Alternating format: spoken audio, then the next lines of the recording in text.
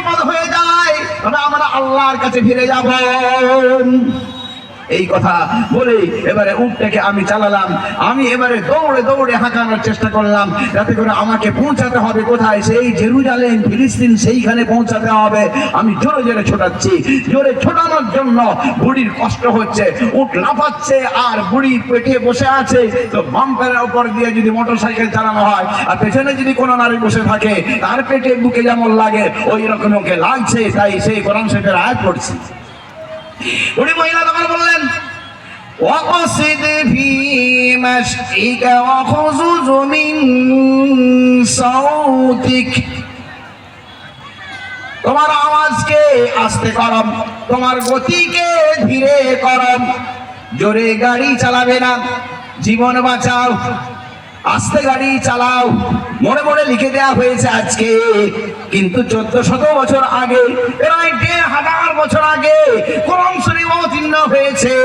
দুনিয়ার ডাক্তাররা, দুনিয়ার ড্রাইভাররা, দুনিয়ার চালকরা সকলেই যদি এটাকে মেনে চলে তবে চিন্তা ভাবনা করবে আরে কত দুর্ঘটনা তবে কমে যাবে। তকদিরে যেটা আছে ওটা হবে। তকদির বলে একটা বস্তু আছে, তকদিরটা হলো ওয়াকসিদ ফি মাশিক ওয়াগযুজ মিন সাউতিক, তোমার আওয়াজকে ধীরে করো, জোরে হরেন বাজাতে পারবে না। তোমার গতিকে ধীরে করো, জোরে গাড়ি চালাতে পারবে না। কত দুর্ঘটনা থেকে তুমি বেঁচে যাবে। আস্তে আস্তে চালাচ্ছি, আমি আমার পদ্য পড়ছি, কিন্তু আরবি পদ্য তো সব মিথ্যা, ইতিহাসে তো মিথ্যা, বিজ্ঞানে তো মিথ্যা, কোরআন শরীফেই তো সত্য কথা বলা আছে।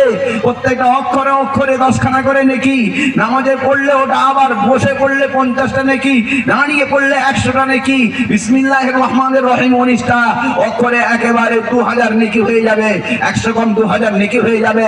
তো তুমি কোরআন শরীফ পড়ো, এই কথা বুড়ি বলতে চাইছেন, কোরআন শরীফ থেকেই বলছেন। فَقَرَأُوا مَا تَيَسَّرَ مِنَ الْقُرْآنِ,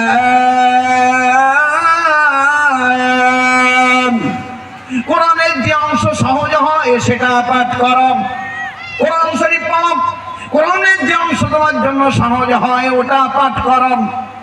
কোরআনের কি অংশ সহজ আর হবে? সবই তো এর কাছে কঠিন হয়ে যাবে। যেখান থেকেই পড়বো ধরা পড়ে যাব। এই জন্য আর কোরআন পড়লাম না।